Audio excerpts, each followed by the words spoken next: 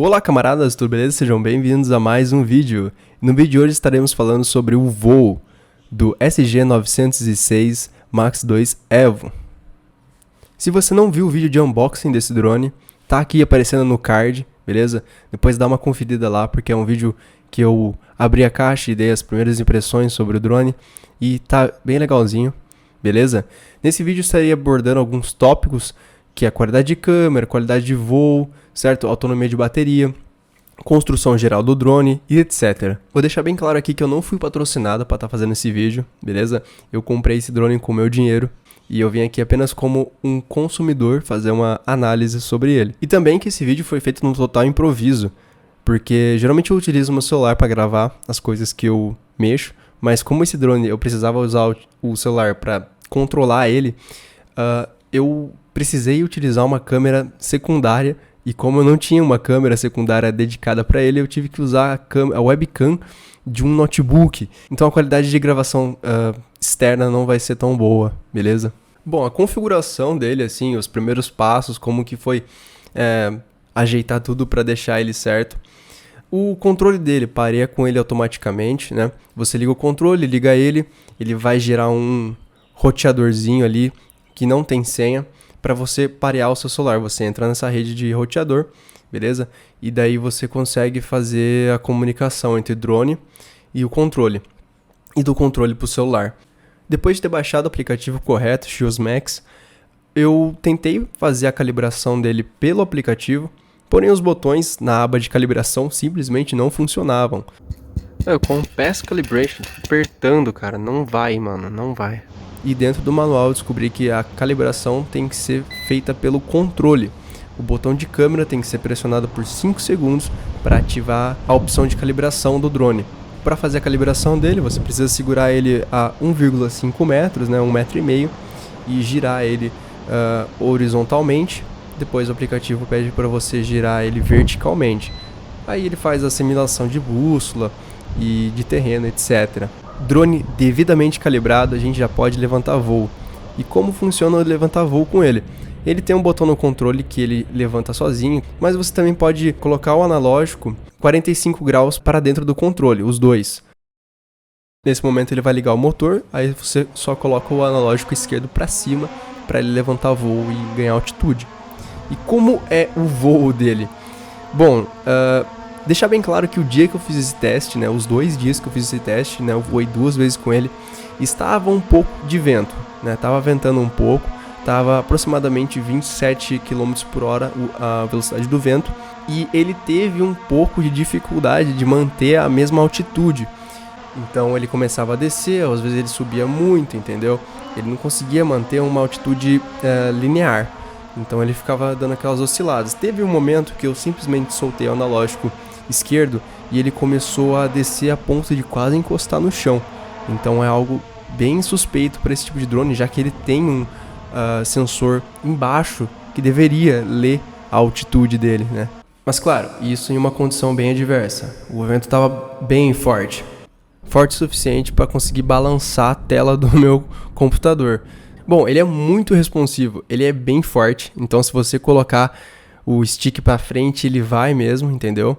Contra ou com o vento, ele só tem um pouco de dificuldade de se manter no mesmo lugar, mas quando você impõe um comando nele, ele vai mesmo, ele tem bastante potência para ir, certo? Então acredito que não seja uma limitação física dele, acredito que seja uma limitação de software, né? Ele não esteja com uma calibração tão bem desenvolvida, então o vento, quando ele está parado, o vento bate nele e ele sofre bastante o arrasto do vento, mas quando ele está voando com o comando, ele consegue se manter com mais precisão, entendeu? No mesmo dia que eu fiz o teste do SG-906, eu também pilotei o DJI Mini 2. Ele também alertou o vento forte. Então, a questão do vento realmente era um empecilho para os 2 drones. Até o mais caro, até esse mais baratinho. A questão é que o DJI conseguia ter uma resistência melhor contra o vento, e esse ele sofreu bastante com o vento. Mas ambos eles reclamaram do vento. Então o voo dele se demonstrou bem estável no geral, assim. O que é geralmente esperado de um drone custo-benefício mais baratinho dessa categoria. o que faz com que ele seja um pouco mais difícil de se controlar.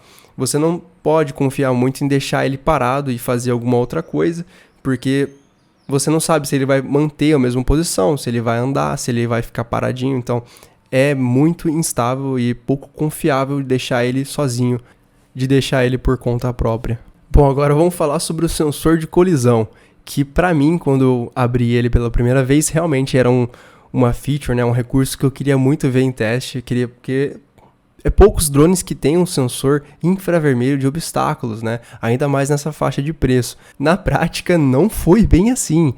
Ele foi feito para deixar um voo mais seguro para iniciante, mas ele se demonstrou muito instável. Ele chegava mesmo a atrapalhar em alguns momentos. Por exemplo, teve um momento que eu precisava pousar com ele, e todos os obstáculos em volta dele estavam a mais de 5 metros de distância, então era um local seguro para eu conseguir me movimentar.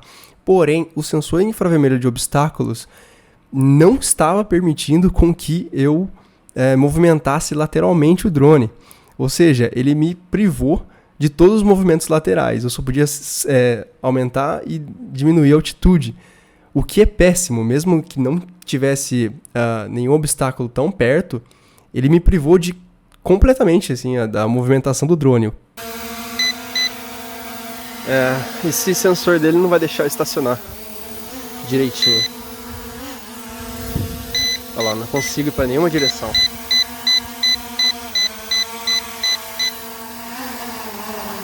Tem que estacionar na grama, o que é muito péssimo. A questão é que a precisão do sensor a distâncias é mal otimizada, assim. Ele não sabe definir a distância, se é 5 ou é 2 ou é 7 metros, ele acha que tudo está muito perto, entendeu? E isso faz com que você perca completamente a capacidade de movimentação do drone quando você estiver pousando, por exemplo, que estiver realmente em um ambiente fechado. Sobre o controle dele, ele tem um controle que é ok, né? Ele tem um material simples, uma construção simples, ele oferece uma conectividade boa para o drone. Ele tem um suporte que deixa o celular bem fixo e tem uma autonomia legal de bateria, mesmo com uma célula bem pequenininha de acho que 1.200 mAh, entendeu? Já o seu aplicativo, meu amigo, o aplicativo é péssimo mesmo, assim. O aplicativo ele é muito confuso. Às vezes ele é inoperante, como a tentativa de calibração que eu fiz pelo aplicativo, né, pelo app, e nem todos os botões dele funcionam. Algumas coisas são mal traduzidas, então tem texto em chinês no aplicativo mesmo. E também a tentativa de tirar fotos, né, e dar comandos para o drone usando o aplicativo, totalmente descartável. Eu mirava com o controle, com as antenas para o drone, apertava para tirar foto no aplicativo do celular, simplesmente sem nenhuma resposta. Então, muitas coisas da interface simplesmente não funcionam. A fotinha. Tirou a foto? Não sei. Tá apertando para tirar foto. O único ponto ruim do controle que eu encontrei é porque assim, todo comando que você faz do controle, ele emite um bip, né, um som muito alto, que acredito que não seja configurável, não tem como abaixar esse bip. Então, se você vai fazer um comando de tirar uma foto, ele vai fazer um bip. Você vai colocar para gravar, ele vai fazer um bip. E você vai movimentar o gimbal para cima e para baixo, ele vai fazer um bip. E isso é completamente desconfortável. Levantar o gimbal dele. Bom, vamos falar sobre a câmera dele agora, que provavelmente é o tópico mais importante, né? E o que gera mais curiosidade. Até porque ele se vende com uma câmera 4K 30 fps. Sobre 4K, é realmente 4K? Sim, é realmente 4K. São 3.840 pixels por 2.160. Então é, de fato, 4K. Porém, o bitrate não é grande. A taxa de informação que é passada por quadros não é muito grande. Então ele vai oferecer uma resolução grande, mas uma imagem que vai parecer uma pintura, entendeu? Então ele vai ter menos definição no geral. O sensor da câmera é pouco sensível à luz. Ou seja, se você estiver num ambiente que é muito escuro, um dia nublado, a imagem vai ficar com menos qualidade do que se tivesse num dia ensolarado. Ela vai apresentar mais ruídos, né, que são aqueles granulados na tela, e com menos definição ainda. Eu vou estar deixando aí uma comparação entre uma imagem que eu tirei com ele no dia ensolarado e um dia que está um pouco mais escuro, um pouco mais nublado. Você pode ver que no tronco da árvore, na imagem que tem menos luz, ele fica mais arrastado, com menos definição, então os contornos ficam menos definidos. Por outro lado, a estabilização do gimbal dele é muito boa. Mesmo com o drone zanzando pelo vento, o gimbal dele fica paradinho no lugar.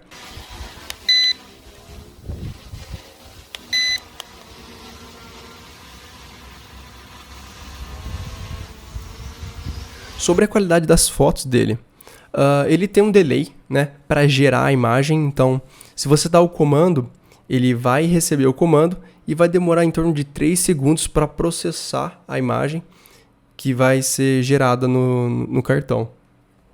E as fotos dele são realmente muito boas. É uma característica que eu achei muito boa. Mesmo com baixa luminosidade, ela vai trabalhar para deixar a imagem mais clara do que ela é. E ela tem uma definição até que agradável, porém ainda sofre com um tipo de granulamento caso esteja com pouca luminosidade no ambiente. Mas sim, a imagem da câmera é melhor do que a imagem de gravação. Mas como ele tem aquele delayzinho quando você tira a foto, se o drone se movimentar durante esse período de processamento da imagem, é capaz da imagem sair borrada. Ele também possui aqueles recursos de Quick Shot e Active Tracking, que são os presets de movimentação que ele vai fazer. Então você deixa ele parado, fala para ele fazer um certo movimento enquanto ele grava ou tira foto, entendeu? E o Active Tracking é quando você deixa ele assumir total controle dele para guiar você enquanto filma. Eu não testei essas funções porque eu não confiei suficiente nele. Você pode ver que ele não conseguia mal se manter parado no lugar. Quem dera deixar ele assumir o controle dele mesmo. No geral, eu achei a qualidade de câmera dele ok, pela proposta dele, pelo preço também. Ele vai ter a alimentação, que é a luminosidade. Ele tem um desempenho péssimo em baixa luminosidade, mas se você estiver num dia ensolarado, a qualidade da câmera fica bem interessante, né? Fica com mais definição, o tom granulado fica um pouco mais suave e ela fica um pouquinho melhor. Bom, agora eu vou falar sobre a construção geral do drone. Por incrível que pareça, o drone parece ser muito robusto pelo preço. Ele tem cara de que se ele bater, ele vai simplesmente voltar, entendeu? Pode quebrar um propeller ali, né? Uma hélice, você simplesmente troca porque tem um monte de reserva. Mas o corpo dele, né, parrudo, parece ser um tanque mesmo de guerra. Peças em geral dele parece ser de boa qualidade. E a bateria dele durou aproximadamente 26 a 25 minutos, né? Sem o sensor de colisão conectado, até porque acredito que ele não precise disso, né? Ele é mais confiável sem o sensor de colisão do que com o sensor de colisão, então você ainda consegue garantir uma autonomia de bateria melhor sem esse sensor, entendeu? Sem usar também o LED de baixo, né, de posição ATTI, porque eu estava usando GPS, então ele não precisava dessa função 100%, né? E no dia que estava pouco vento, no dia que estava com mais vento, ele drenou a bateria em cerca de 21 minutos ali de voo, né? Porque ele realmente tenta se manter no lugar, mas ele falha completamente nessa questão. Conclusão geral. Como ele diz, o nome dele, Beast, é realmente muito difícil de domar ele e de manter o controle, mas ele é realmente muito potente e veloz. E pelo preço, ele é sim uma boa opção, mesmo que ele tenha concorrentes muito fortes no mercado, tipo a Xiaomi, principalmente o Fime X8 Mini e o Fime X8 SE. O Fime X8 Mini vai ser aproximadamente $50 mais caro do que esse drone do SG906. Porém, ele vai ter uma câmera com muito melhor qualidade, até porque a Xiaomi faz celulares e faz celulares com câmeras excelentes. Ele tem uma construção que é mais robusta, ele tem uma construção que é mais leve e ele é um pouco mais smart na questão de ter as funcionalidades de Active Tracking. Ele realmente faz um Active Tracking muito esperto. E você consegue confiar nele para fazer essas atividades de deixar ele por conta própria, porque o recurso de software é mais inteligente, entendeu? E ele tem mais recursos, porque como é um drone de uma marca que é mais vendida, se você precisar trocar uma peça do drone, é mais fácil de encontrar para comprar. Tudo isso $50 mais caro. Se você fazer a conversão rápida de cabeça aqui, é cerca de R$250 a mais de drone. Existem outras opções nessa mesma faixa, né, que concorrem diretamente com esse, que é o F11S 4K Pro.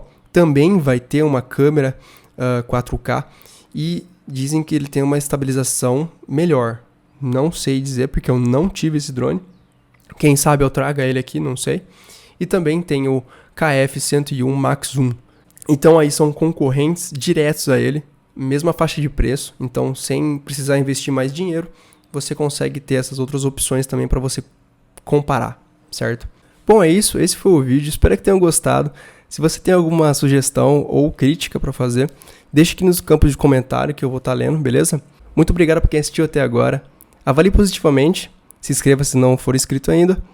Valeu, falou e fui!